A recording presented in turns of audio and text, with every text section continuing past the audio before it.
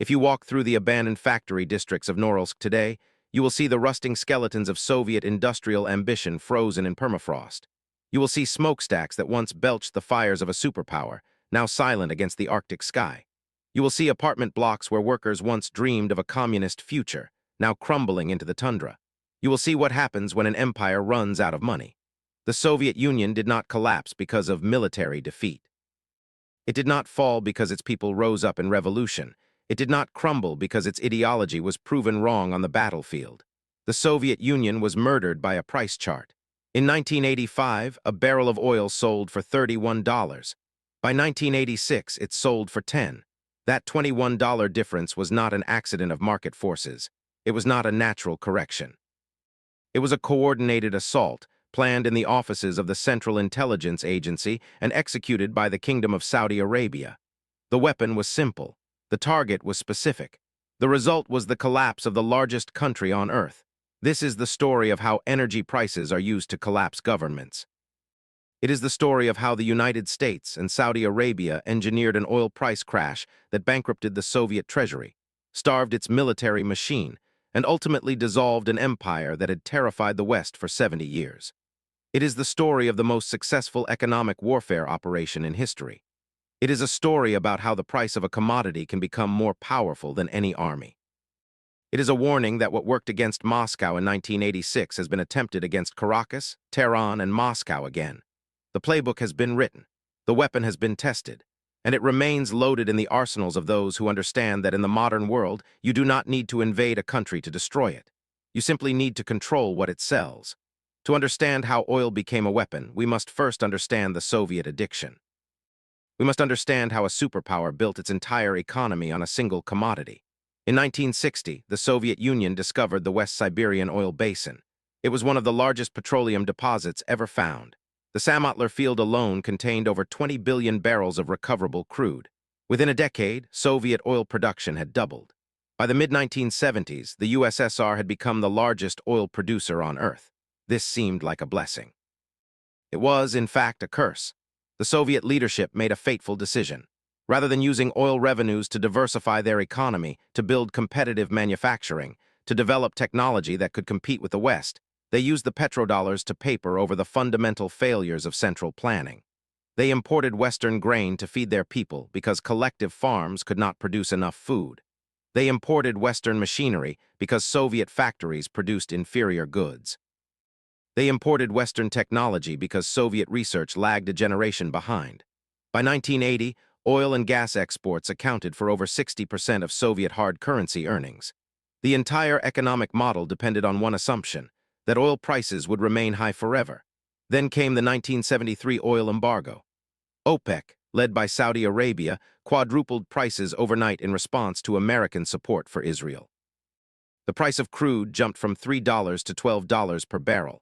By 1980, following the Iranian Revolution, it had reached $35. The Soviets were euphoric. Their oil was suddenly worth 10 times what it had been a decade earlier. Hard currency flooded into Moscow. The Politburo believed they had found the permanent solution to their economic problems. They did not realize they were becoming addicted to a drug that their enemies controlled. In Washington, a different calculation was being made. The strategists at the Central Intelligence Agency were studying the Soviet economy with clinical precision. They noticed something that the Kremlin had failed to see. The Soviet system was not merely dependent on oil. It was structurally vulnerable to any sustained drop in oil prices. The CIA analysts calculated the break-even point. They determined that at prices below $20 per barrel, the Soviet Union could not balance its budget. It could not feed its people. It could not maintain its military. It could not service its debts. Below $20, the empire would begin to starve. The question was how to push prices below that threshold. The answer lay in Riyadh. Saudi Arabia controlled the largest spare production capacity in the world.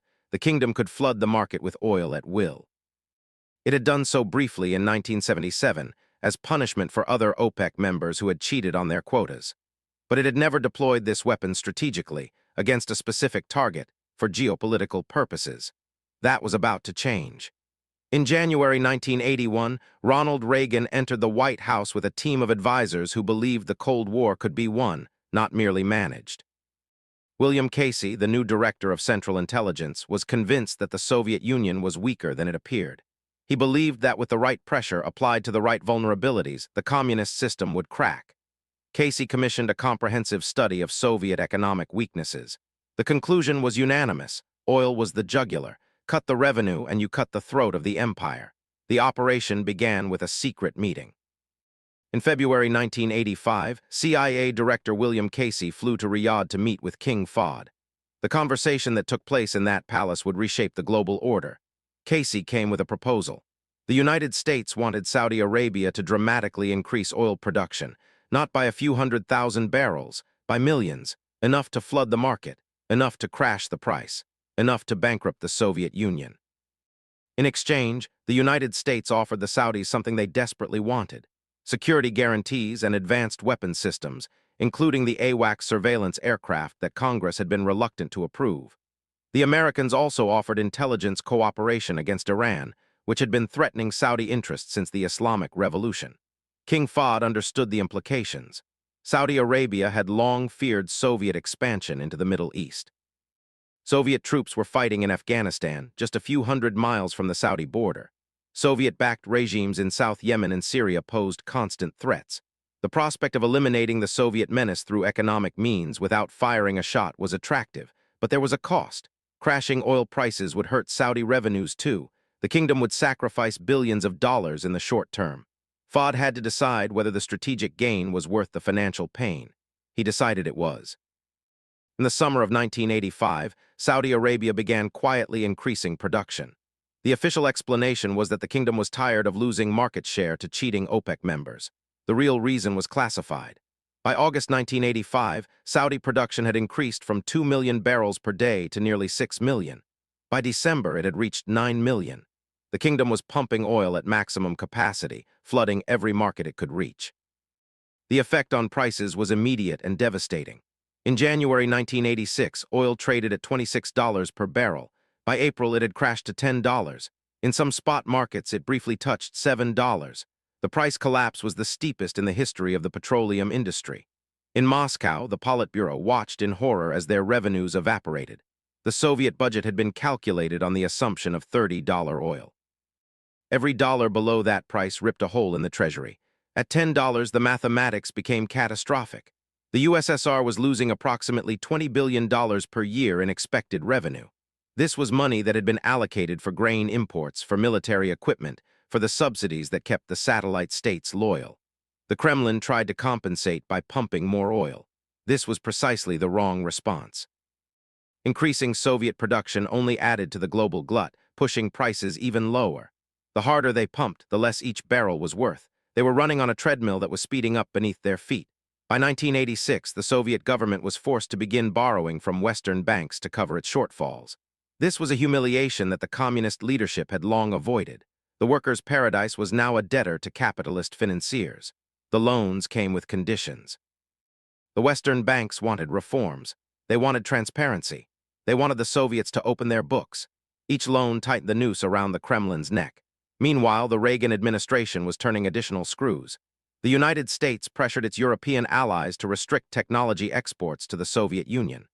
The COCOM restrictions prevented the Soviets from importing the advanced drilling equipment they needed to maintain production from their aging Siberian fields. Output began to decline just as revenues per barrel were collapsing. The CIA also launched a covert operation to sabotage the Soviet gas pipeline to Western Europe. The agency allowed the Soviets to steal software for pipeline control systems, software that had been deliberately infected with malicious code. In June 1982, the Trans-Siberian pipeline suffered a catastrophic explosion that could be seen from space. It was the largest non-nuclear explosion ever recorded. The Soviets never recovered the capacity they lost. The pressure was relentless. Oil prices stayed low. Technology remained embargoed. The pipeline revenues never materialized. And in Afghanistan, the American-backed Mujahideen were bleeding the Red Army dry, forcing Moscow to spend billions on a war it could not win. By 1987, the Soviet leadership faced an impossible choice. They could continue the arms race with America and starve their own people. Or they could seek accommodation with the West and begin the reforms that might stabilize their economy. Either path led to the dissolution of the system they had built. Mikhail Gorbachev chose reform. He had no other option. The money had run out. Glasnost and perestroika were not ideological conversions. They were not the triumph of liberal values over communist orthodoxy. They were the desperate improvisations of a government that could no longer pay its bills. Gorbachev opened up Soviet society because closed societies are expensive. He restructured the economy because the old structure had been bankrupted by an oil price that his enemies controlled. The West celebrated these reforms as a victory for freedom. They were correct, but the freedom had been purchased not by moral suasion, but by economic strangulation. The Soviet Union had been defeated not by missiles, but by market manipulation. The crisis point arrived in 1989. By then, the economic pressure had become unbearable. The Soviet Empire was fracturing along every seam. In Poland, the Solidarity movement had forced the communist government to accept free elections. In Hungary, the regime had opened its border with Austria, creating a hole in the Iron Curtain through which East Germans began to pour. In Czechoslovakia, students were filling Wenceslas Square demanding the end of one-party rule. These uprisings were genuine expressions of popular will. But they were made possible by a simple economic fact. Moscow could no longer afford to intervene. In 1956, Soviet tanks had crushed the Hungarian Revolution. In 1968, they had invaded Czechoslovakia to end the Prague Spring. The Red Army had always been the final guarantee of communist power in Eastern Europe. But tanks require fuel. Soldiers require pay. Occupations require billions of rubles that the Soviet treasury no longer possessed. Gorbachev made the calculation and concluded that he could not hold the empire together. The oil revenues that had subsidized Soviet power for 3 decades had been cut in half. The choice was stark: use the remaining resources to feed the Russian heartland or waste them on occupying ungrateful satellites. He let them go. On November 9, 1989, the Berlin Wall fell. It was presented to the world as a triumph of the human spirit, as the spontaneous victory of freedom over tyranny. In one sense, it was. But in another sense, it was the result of a spreadsheet calculation made in a desperate Kremlin that had run out of money to maintain its empire. The dominoes fell with astonishing speed. Within months, every communist government in Eastern Europe had collapsed or transformed. The Warsaw Pact, which had faced down NATO for 40 years, dissolved. The Soviet Union's strategic buffer against Western invasion evaporated overnight. But the collapse did not stop at the Soviet border. The same economic pressures that had forced Moscow to release its satellites were now tearing at the USSR itself. The Baltic states declared independence. Ukraine began agitating for sovereignty. The Central Asian republics, which had been net recipients of Soviet subsidies, watched as those subsidies disappeared and concluded that they might be better off on their own. By 1991, the Soviet government was functionally bankrupt. It could not pay its workers. It could not stock its stores. It could not maintain basic services. The ruble was worthless. The black market had become the only functioning economy. In August 1991, hardliners attempted a coup to restore central control. They failed not because of democratic resistance, but because they had no money to pay the soldiers who might have supported them. The army stayed in its barracks. The coup collapsed in 3 days. On December 25, 1991, Mikhail Gorbachev resigned as president of the Soviet Union. The red flag was lowered over the Kremlin for the last time. The Union of Soviet Socialist Republics, which had challenged American hegemony for nearly half a century, ceased to exist. The largest country on Earth had been dissolved without a single American soldier firing a shot. The Cold War had been won not by military superiority, but by financial strangulation. The weapon that delivered the killing blow was a commodity price chart. Think about that figure. In 1985, oil sold for $31. In 1991, the Soviet Union no longer existed. A $20 swing in the price of crude had accomplished what trillions of dollars in defense spending and decades of nuclear standoff had failed to achieve. It had destroyed a superpower. The lesson of 1986 was not lost on American strategists. They had discovered a weapon more powerful than any in their nuclear arsenal, and they would use it again. The playbook was clear. Identify a petrostate adversary. Calculate its break-even price. Coordinate with Saudi Arabia to push prices below that threshold. Wait for the target to collapse under its own financial weight. Venezuela was the first test case of the new era. When Hugo Chavez came to power in 1999, he inherited an oil-dependent economy and transformed it into an oil-addicted one. He used petroleum revenues to fund massive social programs that made him popular with the poor. He nationalized foreign oil operations and used the profits to subsidize allies across Latin America. He positioned himself as the leader of anti-American resistance in the Western Hemisphere.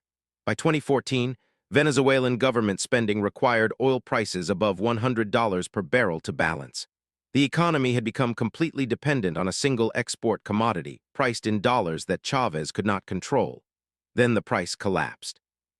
In June 2014, oil traded at $107 per barrel. By January 2015, it had fallen to $47. By February 2016, it touched $26.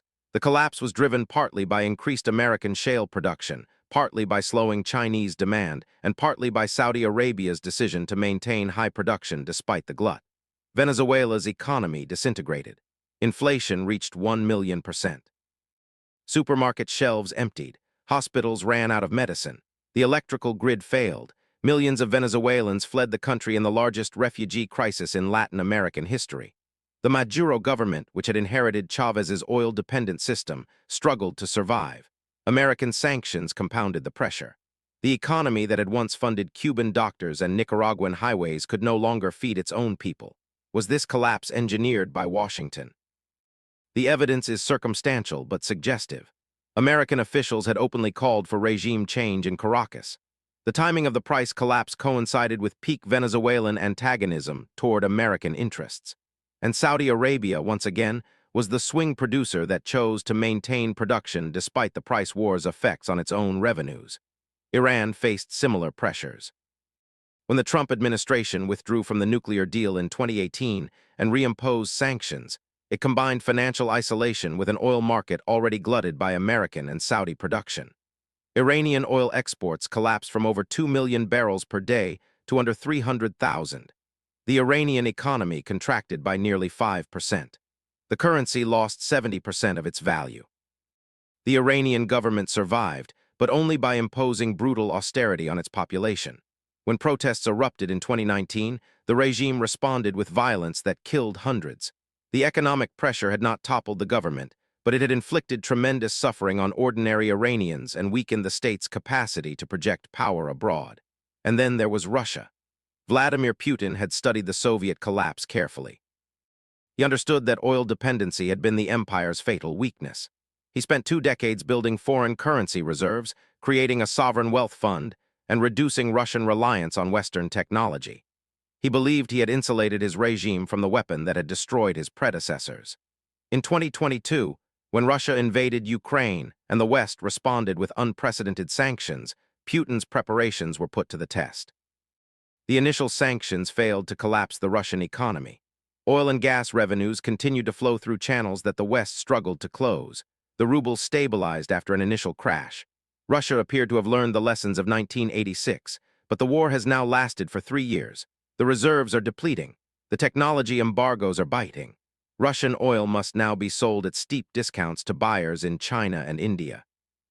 The long-term trajectory looks increasingly like the slow strangulation that broke the Soviet Union.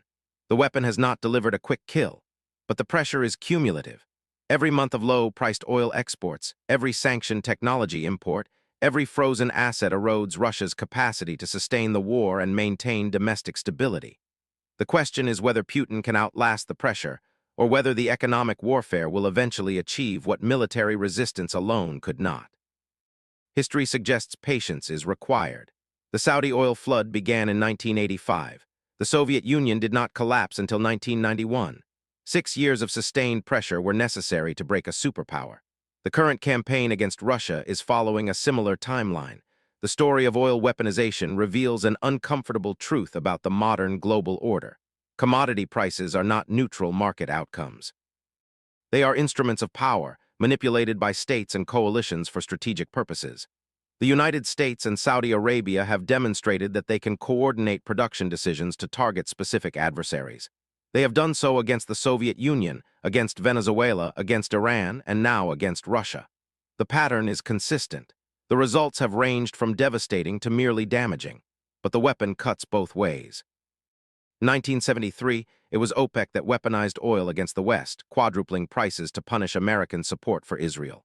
The resulting recession and inflation destabilized Western economies for a decade. The oil weapon is not exclusively American. Today, the energy landscape is shifting again. The rise of renewable energy threatens to devalue petroleum assets over the long term. The shale revolution has transformed the United States from a net importer to a net exporter of oil.